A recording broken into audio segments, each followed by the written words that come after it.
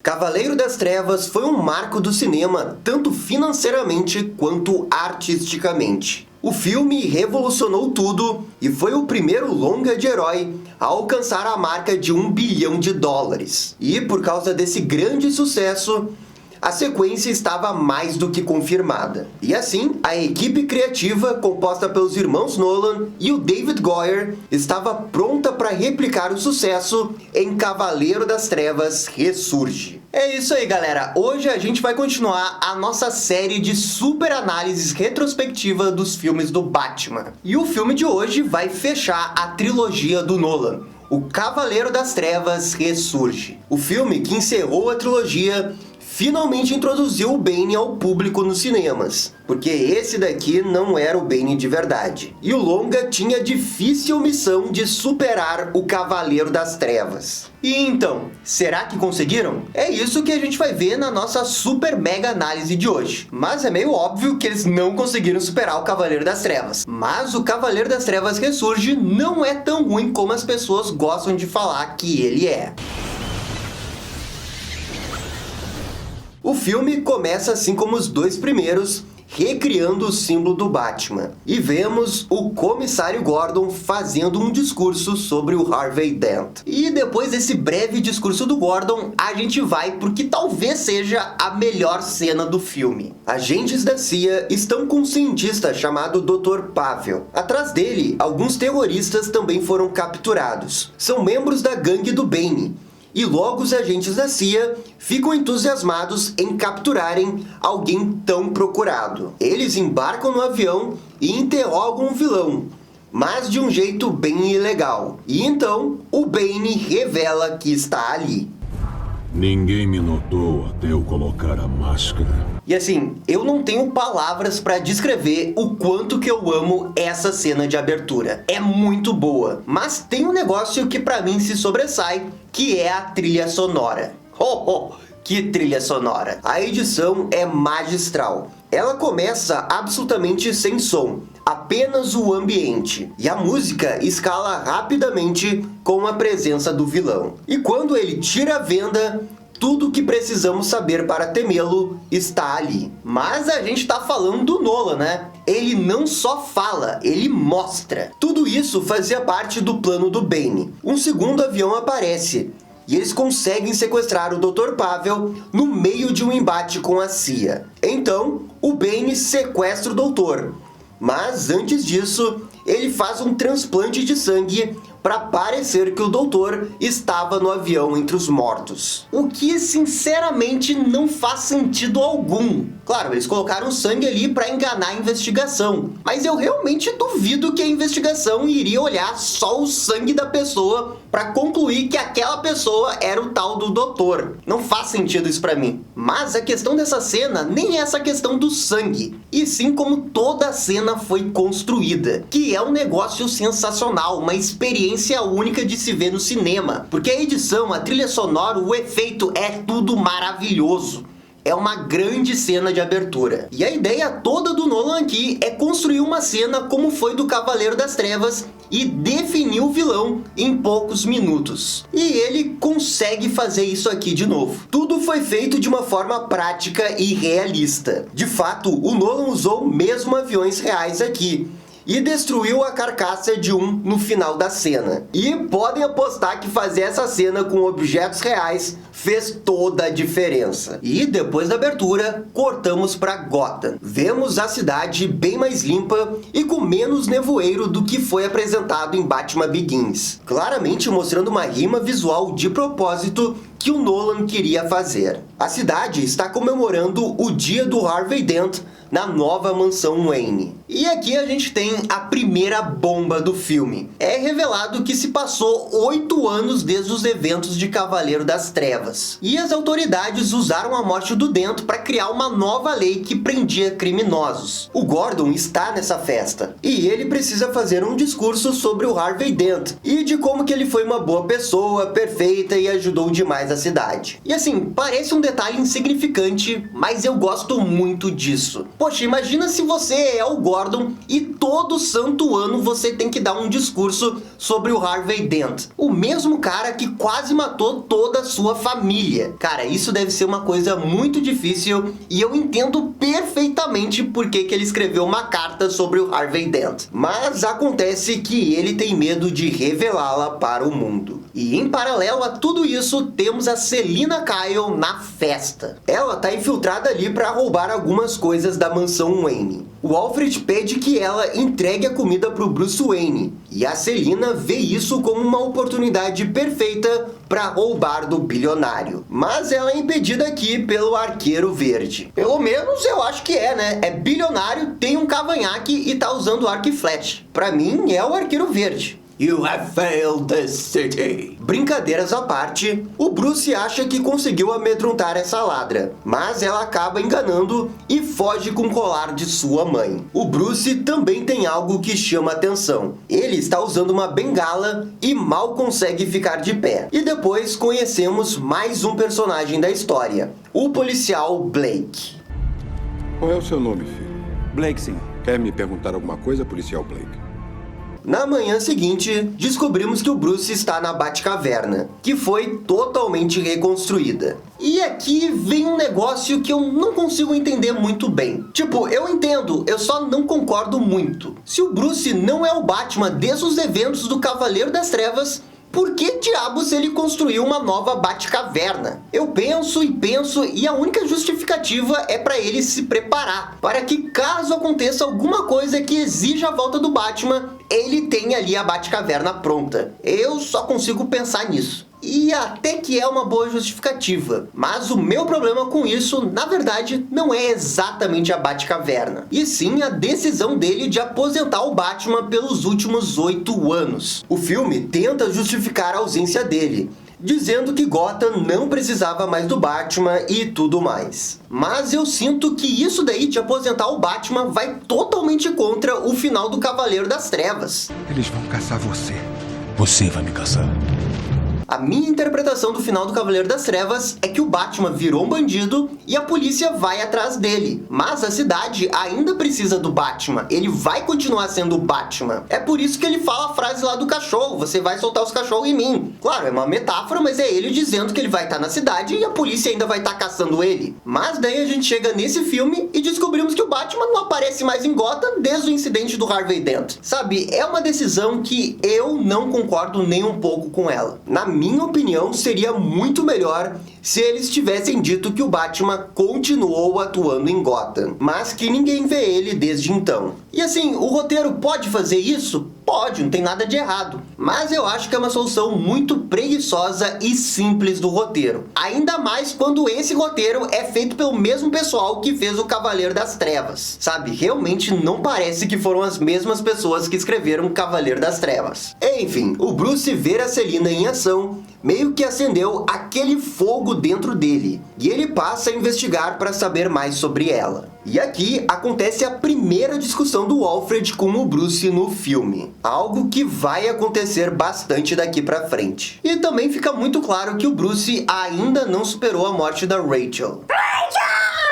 O que é mais uma coisa que eu não concordo muito com o filme. Poxa, os pais dele morreram no Batman Begins e ele usou todo esse episódio pra virar o Batman. A Rachel morre no Cavaleiro das Trevas e ele usa isso pra se isolar da sociedade. Esse Bruce Wayne do Nolan que dá tanta importância pra Rachel, eu não consigo entender. Na verdade, pra mim, essa é a grande crítica que se faz ao Bruce do Nolan. Ok, a Rachel é importante? É, sem dúvida. Mas a ponto dele desistir de ser o Batman e ficar isolado na mansão Wayne por 8 anos? Pô, se fosse o Robin, se fosse o Gordon, eu acho que eu iria entender. Mas a Rachel, depois que ele volta lá, ele fica uma semana com a Rachel e depois nunca mais fica com ela. Eu simplesmente não gosto desse início do filme. Mas aqui tem que abrir uma nota para essa atuação do Michael Caine. Pelo Batman aqui, o Sir Kane aqui é demais. A atuação dele é muito boa. O cara é um mestre. Se a gente pegar os 3 filmes do Nolan,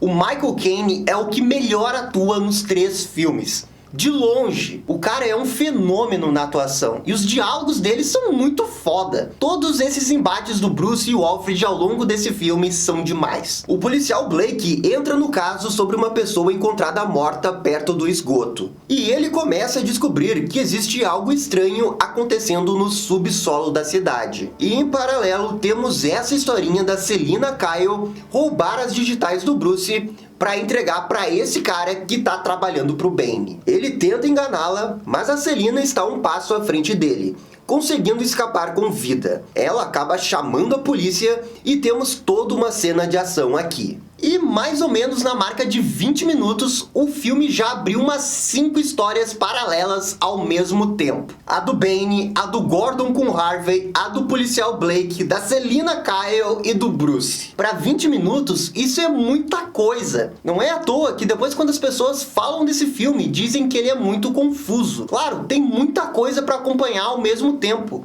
É óbvio que as pessoas vão ficar confusas. Essa cena de ação resulta com o comissário Gordon sendo capturado e levado para o esgoto onde ele se encontra com o Bane. E aqui o vilão tem um momento bem Darth Vader, matando alguns de seus capangas, pois ele não gosta que o Gordon tenha sido levado até ele. Mas tudo isso tem um pretexto muito idiota dentro do roteiro. Por conveniência do roteiro, o Gordon estava com aquela carta sobre o Harvey Dent, e ela chega nas mãos do Bane. O comissário consegue fugir bem debaixo do nariz do Bane e é resgatado pelo Blake, que percebeu exatamente onde ele estaria por causa do caso de antes. E a polícia, mesmo tendo essa confirmação que o comissário Gordon viu o Bane nos esgotos, ela não vai para dentro dos esgotos. Na verdade, ela faz pouco caso da história do Gordon e mal investiga esse negócio do esgoto. Mas o policial Blake acredita no Gordon e vai atrás na única pessoa que ele acha que pode salvar Gotham: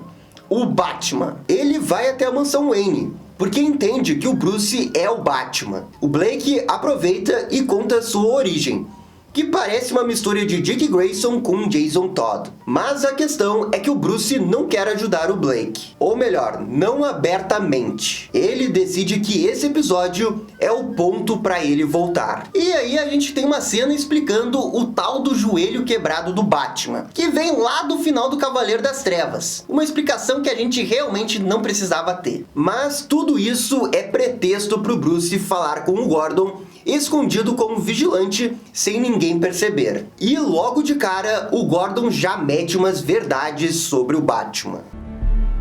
Estávamos nisso juntos. Aí você sumiu.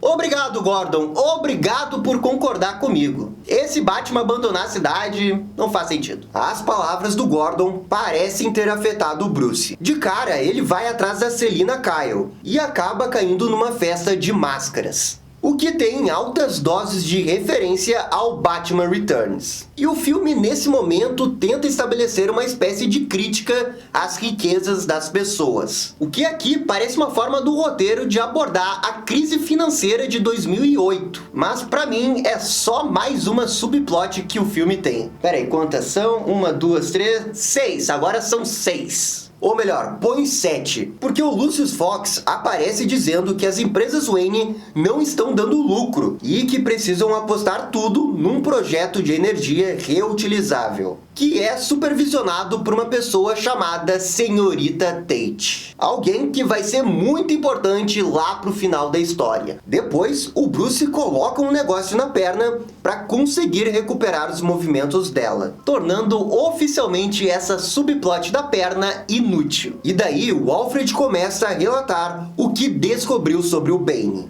Ele conta que o Bane nasceu do poço e conseguiu fugir para ser treinado por Ra's al Ghul. E assim, eu sei que eu tô criticando bastante, mas se tem uma coisa que eu não posso criticar até o momento é o Bane. Eu realmente amo tudo que eles fazem com o Bane até esse momento. O filme consegue construir essa imagem de ameaça que o Bane tanto precisa ter. E pra mim consegue fazer de um jeito muito Nolan, com diálogos fenomenais envolvendo o vilão. E eles também ligam o Bane à Liga das Sombras, fazendo um grande paralelo ao primeiro filme do Batman Begins. E eu acho isso muito legal, porque cria toda uma rima entre os 3 filmes da trilogia. Temos então mais um embate entre o Alfred e o Bruce. E aqui mais uma atuação genial do Michael Caine. É então que acontece a tal da cena do mercado financeiro em Gotham do Bane. Ok, essa cena aí não é nenhum assalto do Coringa a banco, mas eu preciso admitir, eu acho ela muito legal. O vilão invade a bolsa e consegue aplicar um golpe hackeando o sistema do local, o que permite roubar bilhões em alguns segundos. Na fuga, temos uma referência bem maneira a Cavaleiro das Trevas HQ,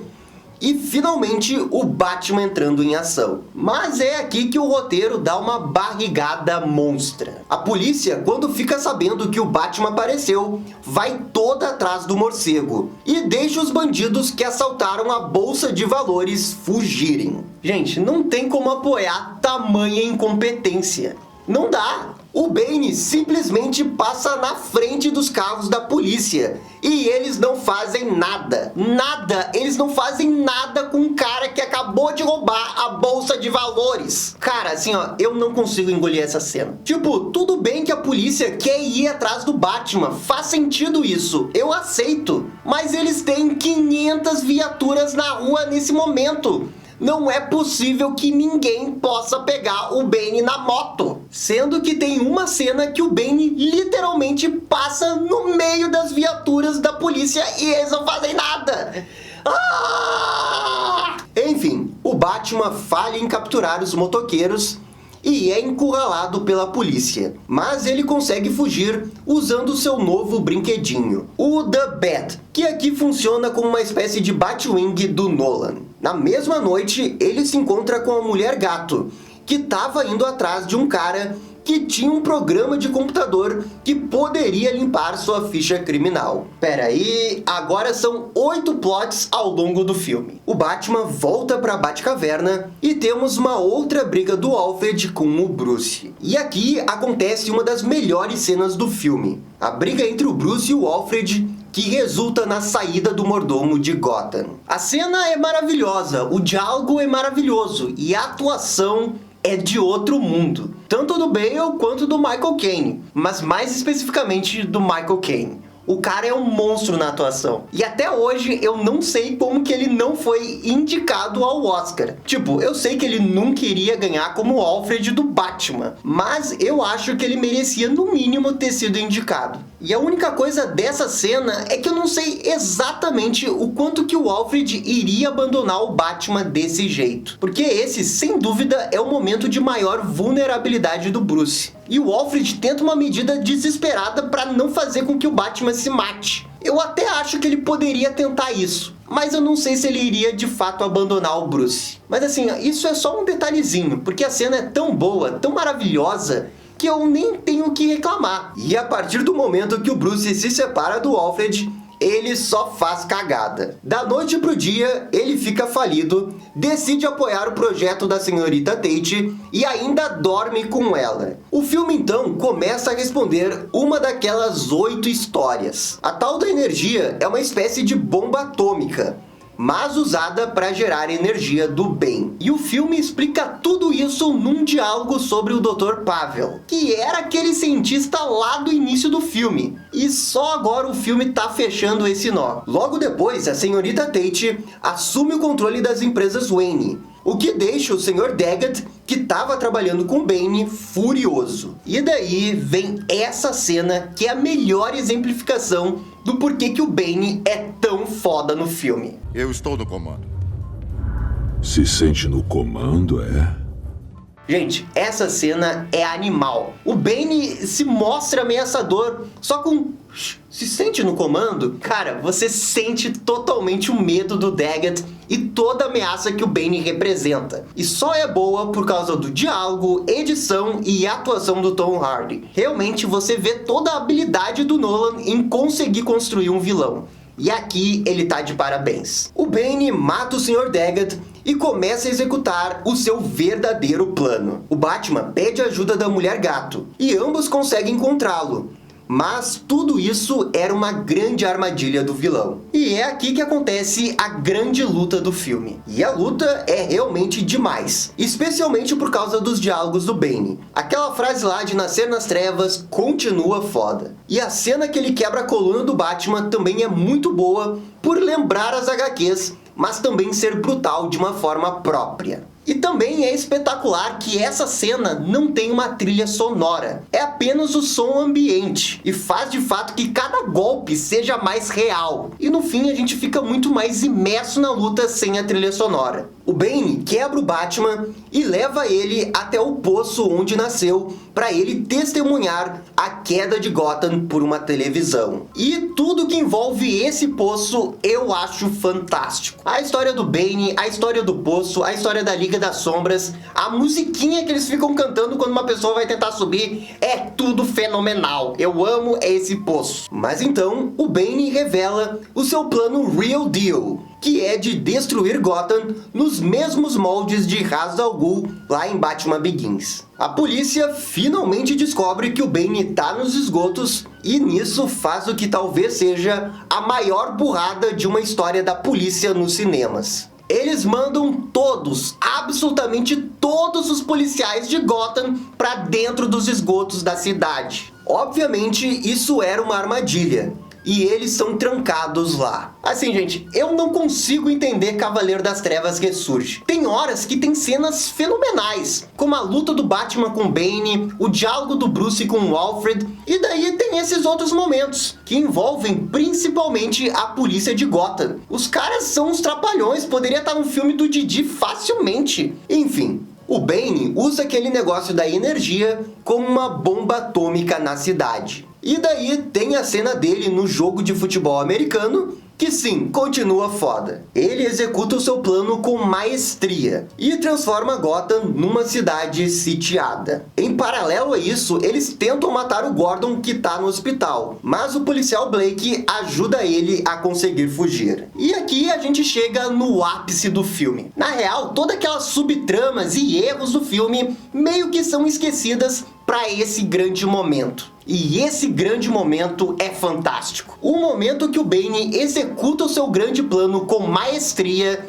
é demais. E você realmente sente toda a ameaça que o plano representa. E eu não vou mentir que quando eu assisti pela primeira vez, nesse momento eu achava o Ressurge até melhor que o Cavaleiro das Trevas. Claro, nesse pequenozinho momento, mas eu confesso que eu pensei nisso na época. O Bane liberta todos os bandidos de Gotham e revela para a cidade a carta verdadeira do Gordon sobre o Harvey Dent. E é aqui que as coisas realmente saem do controle. Ele promete explodir a cidade e faz uma espécie de falsa revolução. E falsa porque é tudo fachada mesmo, já que ele pretende explodir a cidade em 5 meses sem que ninguém saiba. E é nesse momento que a história volta a focar no Batman e ele se recuperando no poço. Ficamos sabendo mais da história do Bane, do motivo da máscara e tudo mais. E tem uma cena aqui muito legal envolvendo o Ra's al Ghul. E é essa fala do Ra's que liga tão bem os 3 filmes da trilogia. O Ra's fala sobre o legado do Bruce e manda bem a real, de que tudo que ele conseguiu construir nesses últimos anos foi em cima de uma mentira. E você realmente pensa que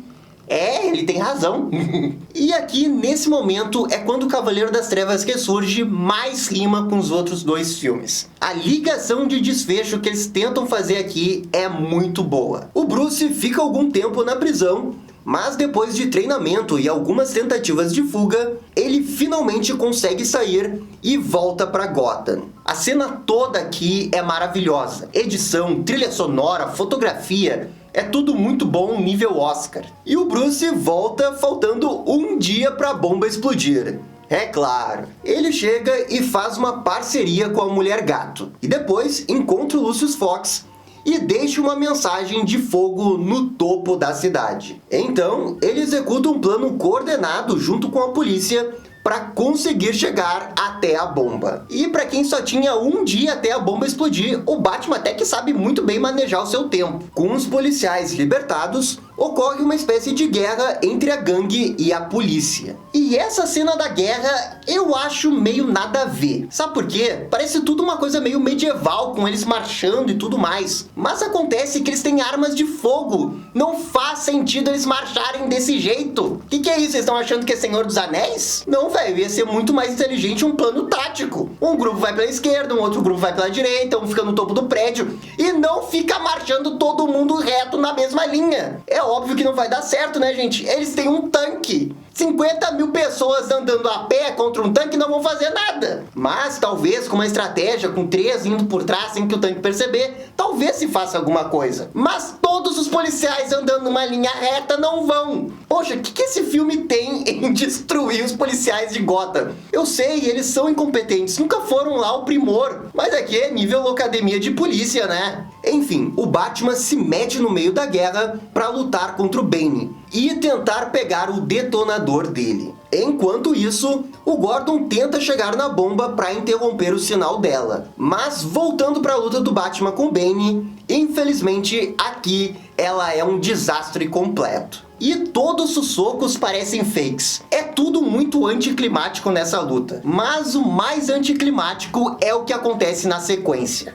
Ai, a sequência. Chegamos na pior parte do filme. O Batman ganha a luta, mas é revelado que o Bane de fato tinha dado o detonador para alguém da cidade. E essa pessoa é a senhorita Tate, que aqui é revelado ser Talia al Ghul, a filha de Ra's. Mas ele não é a criança de Ra's al Ghul.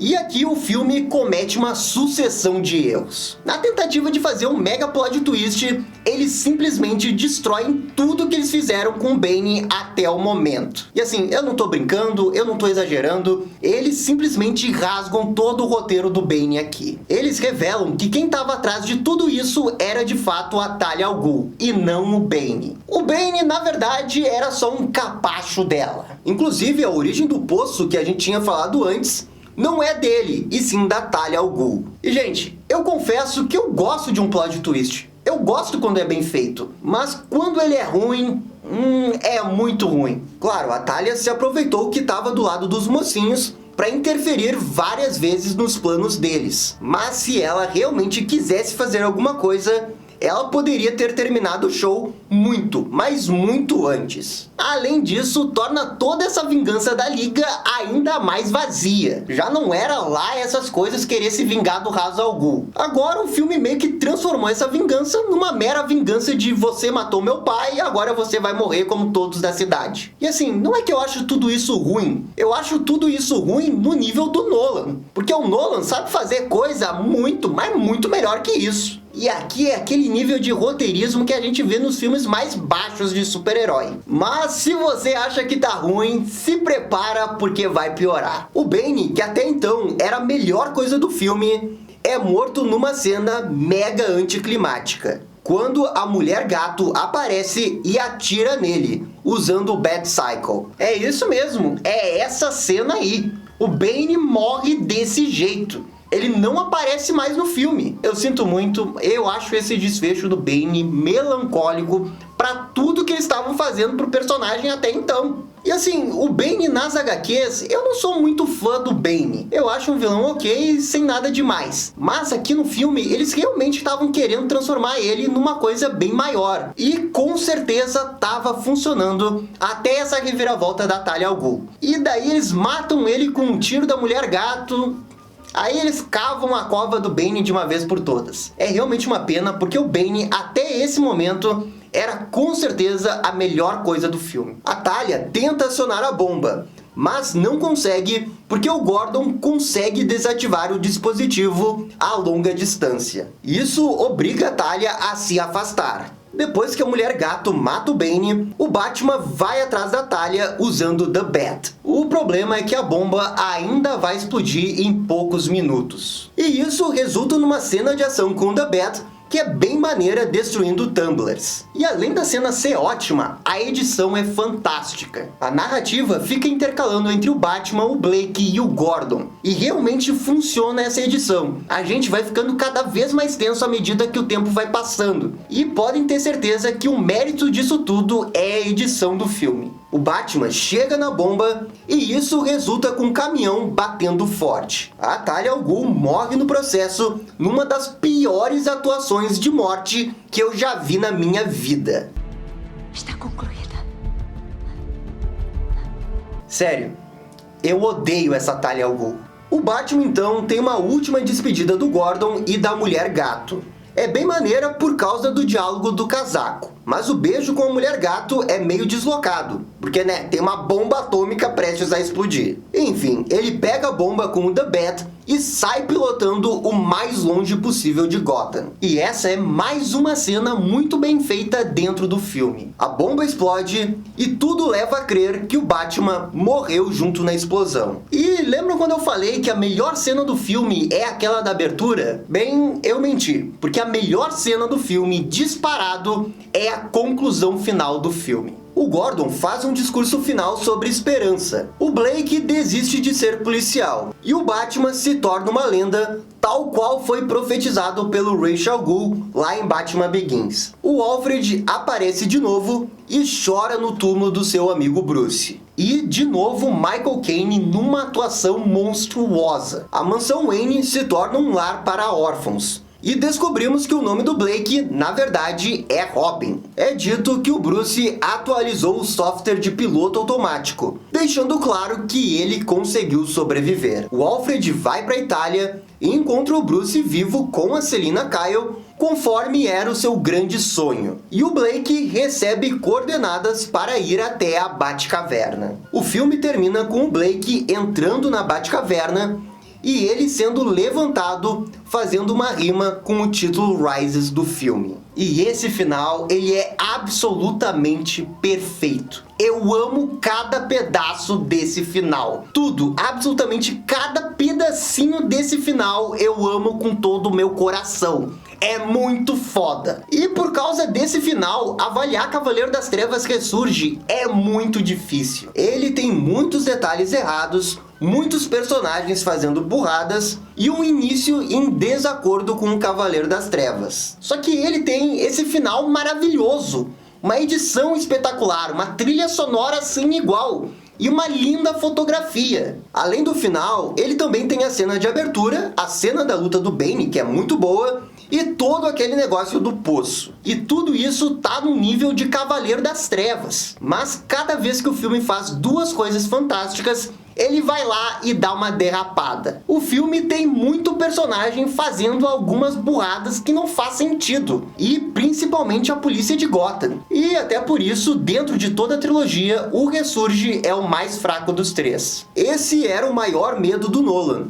de fazer o terceiro filme ser o pior de todos. E no final, entre os três, de fato, é o pior. Mas em termos de bilheteria, o filme foi um sucesso, alcançando a marca de $1 bilhão, assim como seu antecessor. E esse filme também marcou o final de uma grande era, porque no meio disso tudo, a gente teve o sucesso dos filmes dos Vingadores. E a partir do universo conectado da Marvel, todo mundo queria que a DC fizesse a mesma coisa. E assim, filmes isolados com a visão de um diretor ficaram cada vez mais raros. O legado do Rises, na verdade, é o legado da trilogia. O jeito que todo terceiro filme rima com o primeiro, dando um início, meio e fim, é simplesmente genial. E com certeza a melhor coisa desse filme. Sim, ele tem problemas, mas ainda assim é um super filme e muito bom de se assistir, mesmo com esses pequenos problemas. Dos três, com certeza é o pior, mas se comparado com outros filmes de super-heróis, ele ainda tá na frente de muitos outros. Contudo, a trilogia do Nolan, pra mim, segue imaculada. E sempre que eu assisto Cavaleiro das Trevas Ressurge e vejo esse final de novo, eu fico imaginando um filme que se passa no futuro seguindo esse cenário do Blake. Sabe, com o Blake sendo Batman e seguindo com o legado do morcego. Eu acho que nunca vai acontecer, mas o fato é que o final é tão bom, mas tão bom, que me faz querer ver esse filme. E eu acho que isso diz muito sobre esse filme. Com certeza não é perfeito, mas ainda assim é um filme que dá gosto de assistir. E na opinião de vocês, o que vocês acham de Cavaleiro das Trevas Ressurge? E também já opinem sobre qual filme que deve ser o próximo da nossa lista de retrospectiva. A gente pode ir para os filmes clássicos do Batman ou passar para os filmes do Snyder, começando pelo Homem de Aço. Por favor, comentem aí. Valeu, gente, e até a próxima! E esse foi o nosso vídeo com a super análise de Cavaleiro das Trevas Ressurge. E aí, gostaram? Não gostaram? Deixem suas opiniões nos comentários. E se curtiram o vídeo, deixa aquele joinha e inscreva-se no canal para ficar sabendo absolutamente tudo sobre o Batman. Obrigado, gente, e até a próxima. Tchau, tchau!